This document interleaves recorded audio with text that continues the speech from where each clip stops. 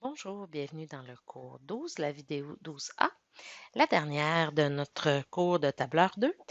Alors ici, j'ai le fichier C12 démo 1, qui est une copie en fait du fichier de la démo du cours précédent.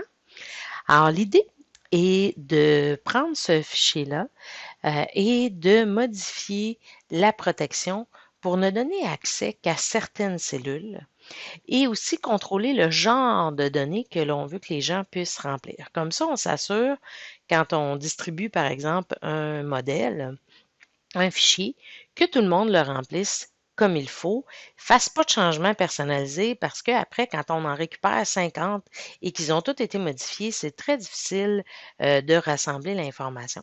Alors, l'objectif, c'est de se protéger contre ces modifications-là. Ça peut être aussi une protection contre soi-même, donc on s'assure de ne rentrer des données qu'au bon endroit et des bonnes valeurs. Alors, ce qui est important de comprendre avec la protection dans Excel, c'est qu'elle se fait à plusieurs niveaux. D'abord, il faut protéger ou non une cellule. Donc, est-ce que j'ai le droit de modifier le contenu ou non? Et ensuite, je protège la feuille. Tant que la feuille n'est pas protégée, peu importe si j'ai verrouillé ou non les cellules, ça ne change rien. La façon dont ça fonctionne, c'est comme les poignées de porte. Si je verrouille une poignée de porte, tant que la porte est ouverte, ça ne change rien. Les gens peuvent rentrer et sortir comme ils veulent, que la poignée de porte soit barrée ou non. Alors, pour verrouiller les cellules dans Excel, c'est exactement la même chose. Je peux verrouiller des cellules, mais tant et aussi longtemps que je n'ai pas protégé la feuille, il ne se passera rien. Donc, je n'aurai pas de différence, je n'aurai pas d'avantage à verrouiller. D'ailleurs, par défaut, toutes les cellules sont verrouillées. Dans un classeur Excel, par défaut, toutes les cellules sont verrouillées. On ne s'en rend pas compte parce qu'on n'a pas protégé la feuille. Donc, c'est comme si on avait barré toutes les portes, mais qu'on les avait toutes laissées ouvertes. Alors, personne ne se rend compte que les poignées sont barrées. Alors ici, pour protéger ou déverrouiller certaines cellules, la première chose, c'est de les sélectionner. Donc, si je regarde mon document ici de démonstration, j'aurai par exemple la cellule F7, les cellules, donc je vais mettre mon doigt sur contrôle, les cellules de E10 à E12, la cellule F12, la cellule F16. Je vais m'arrêter à celle-ci. Alors, je vais les mettre en jaune pour qu'on les voit bien dans la démonstration. Mais dans la vraie vie, évidemment, on n'est pas obligé là, de mettre des couleurs ici. Et là, je vais aller dans le petit bouton ici, le petit coin de police pour avoir la fenêtre. Je peux y aller aussi avec le bouton droit de la souris. Format de cellule, ça fonctionnerait également. Et vous avez l'onglet protection. Comme vous voyez, par défaut, c'est coché à verrouiller. Alors, je vais décocher et je vais faire OK. Donc, ça veut dire que toutes les cellules que j'avais sélectionnées, les cellules qui maintenant sont jaunes, sont déverrouillées. Alors, est-ce que ça change quelque chose? Pas du tout. Je pourrais écrire dedans, écrire dans la cellule à côté. Pas de problème. Pourquoi?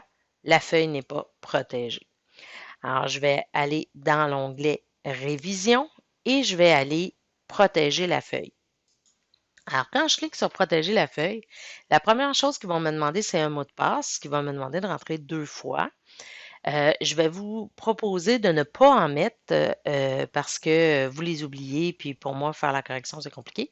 Donc, je vais vous demander de ne pas mettre de mot de passe. Et ici, on a la possibilité de cocher des variantes. Alors, pour l'instant, on va se contenter des 2 premiers éléments. Donc, est-ce que je veux pouvoir cliquer sur des cellules verrouillées et est-ce que je veux pouvoir cliquer sur des cellules déverrouillées? Alors, si j'ai déverrouillé des cellules pour pouvoir écrire dedans, le minimum que je vais faire, c'est de pouvoir les sélectionner. Alors, en théorie, la deuxième case à cocher devrait toujours être cochée. Sinon, ça rend les choses un peu compliquées. Donc, c'est difficile de remplir une cellule si je ne suis pas capable de cliquer dessus. Ce n'est pas un réflexe nécessairement naturel pour les gens d'y aller avec le clavier. Alors, ça peut rendre les choses compliquées. Alors, je vous déconseille de décocher la deuxième. Par contre, la première, vous pourriez toujours dire, je ne peux pas aller sur les cellules déverrouillées. On ne le fera pas pour l'instant, on va le faire dans le prochain. Alors, je vais faire OK. Alors là, maintenant, ma feuille est protégée. J'aurais pu mettre un mot de passe, comme ça la personne ne peut pas déverrouiller et faire des modifications. Alors, j'essaie d'écrire dans une cellule vide. J'ai un message d'erreur. Une cellule où il y a des choses décrites, mais qui n'est pas déverrouillée, j'ai le même message d'erreur. Par contre, si je vais écrire dans ma cellule déverrouillée, là, il n'y a pas de problème. Par contre, je peux écrire n'importe quoi. Donc, au lieu des chiffres, je pourrais écrire du texte. Je n'ai pas spécifié quel genre de données j'avais besoin dans ces cellules-là. Alors, on va protéger et on va aller rajouter de la validation pour avoir quelque chose d'un petit peu plus performant. Alors, première chose, je dois ouvrir les portes, donc ôter la protection de la feuille. Je n'ai pas de mot de passe à rentrer parce que j'en ai pas mis au départ. Je vais aller effacer mon contenu dans les cellules jaunes que j'ai mis dans mon test parce que c'est pas utile pour l'instant. Et je vais aller rajouter des spécifications.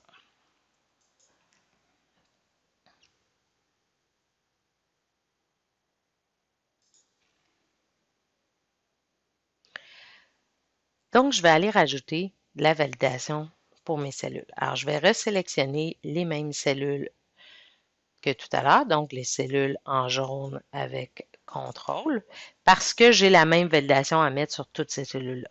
Je pourrais valider séparément, sans problème, les cellules si je voulais.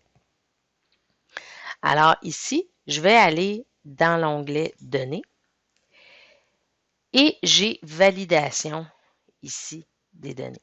Alors là, ce qui est intéressant, c'est que je peux déterminer qu'est-ce que j'autorise comme type de données. Est-ce que je veux seulement des nombres entiers? Est-ce que je veux des décimales? Est-ce que je veux une valeur qui vient d'une liste de choix? Est-ce que je veux une date, une heure, une longueur de texte maximum? Ou personnalisé, à ce moment-là, ça peut être le résultat d'une formule, des choses comme ça. C'est un petit peu plus complexe. Nous, on va se contenter des choix de base. Donc ici, étant donné que c'est un flux de trésorerie, on va probablement rentrer des sous. Alors, je vais mettre décimales. Je peux aussi mettre des règles au niveau de la grandeur. Fait que, par exemple, un minimum, un maximum pour que ce soit fonctionnel. Donc ici, je pourrais dire, par exemple, supérieur à 0 dans mon exemple.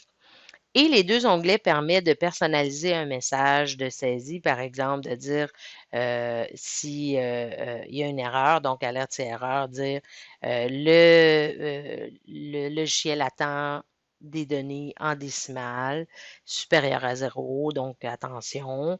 Je peux personnaliser un message de saisie pour s'assurer de dire qu'est-ce qu'il va qu'est-ce qu'il va s'attendre à avoir dans les cellules. Donc, ici, je peux rajouter ça.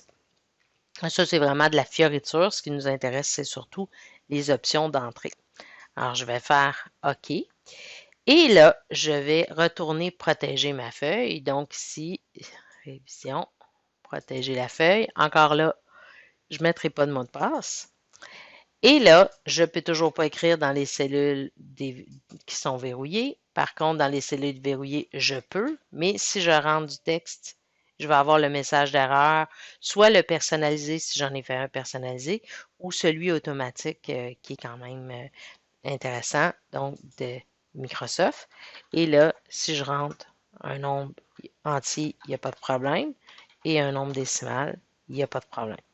Donc ici, par contre, mon format ne me présente pas les décimales. Ça, je pourrais le changer dans mon format, mais je ne peux pas le faire maintenant parce que si je vais dans Accueil, on voit que je ne suis pas autorisé à faire ces changements-là. Donc, je ne peux pas changer le format par défaut de mes cellules. Ça va éviter que les gens mettent n'importe quel format et encore là que je me ramasse avec des choses pas standards. Si je veux changer le format pour accepter les décimales, ben je dois commencer par déverrouiller la feuille, donc ôter la protection de la feuille pour être capable d'accéder à ce moment-là dans Accueil à mon format sans problème, donc où je pourrais rajouter les décimales à l'écran ou changer le format pour mettre un format monétaire ou un format comptabilité. Alors, tout se passe à ce niveau-là. Alors, je vais enlever mes données parce que c'est moins intéressant et je vais rajouter la protection de la feuille. Alors, on est d'accord que lorsqu'on protège la feuille, c'est la dernière étape une fois que j'ai mis mon format, écrit le texte que j'avais besoin, déterminer les cellules à verrouiller et à déverrouiller. Je protège la feuille et ensuite, je peux en faire un modèle. Donc, je combine tout ça pour enregistrer mon document comme étant un modèle. Et j'ai un modèle vraiment très fonctionnel qui évite les erreurs, qui permet de s'assurer que tout le monde qui utilise le modèle rentre les choses de la même manière. C'est là qu'on va avoir toute la puissance des modèles d'Excel quand on utilise en plus la validation des données.